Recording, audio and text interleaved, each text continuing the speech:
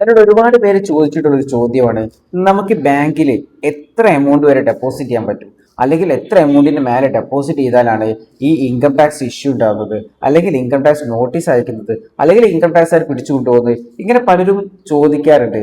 സത്യത്തിൽ ഇങ്ങനെ ഒരു നിയമം ഉണ്ടോ? ഇൻകം ടാക്സിന്റെ ചോദ്യം ഇത്രയേ ഉള്ളൂ. ഇത് ഇതിന്റെ സോഴ്സ് എവിടെ നിന്നാണ്? നിങ്ങൾക്ക് ഈ വരുമാനം എവിടെ നിന്ന് കിട്ടി? ഇത് ഇങ്ങനെ അൺഎക്സ്പ്ലെയിൻഡ് മണിയാക്കി കണക്ക് കൂട്ടിയിട്ടുണ്ടെങ്കിൽ ഇൻകം ടാക്സ് സെക്ഷൻ 68 പ്രകാരം, 68 പ്രകാരം നമ്മൾ അതിന് 60% ടാക്സ് അടയ്ക്കേണ്ടി വരും. പിന്നെ അതിൻ്റെ മേലെ ഇൻട്രസ്റ്റ്, പെനാൽറ്റി കാര്യങ്ങളൊക്കെ ആയിട്ട് ഏകദേശം ഒരു 80% മേലെ തന്നെ നമ്മൾ ഗവൺമെന്റ് അടയ്ക്കേണ്ടി വരും. അത് ഓട്ടോമാറ്റിക് പല അതോറിറ്റിക്കും, ബാങ്കിൽ നിന്ന് ഓട്ടോമാറ്റിക് ആയിട്ട് പല അതോറിറ്റിക്കും അത് റിപ്പോർട്ട് പോകുന്നുണ്ട്. ബാങ്കുകാർ പോലും ശ്രദ്ധിക്കാതെ തന്നെ അത് ഓട്ടോമാറ്റിക് ആയിട്ട് തന്നെ പല അതോറിറ്റിക്കും, ഗവൺമെന്റിന്റെ പല ഡിപ്പാർട്ട്മെന്റിനും അത് റിപ്പോർട്ട് പോകുന്നുണ്ട്. അതുപോലെ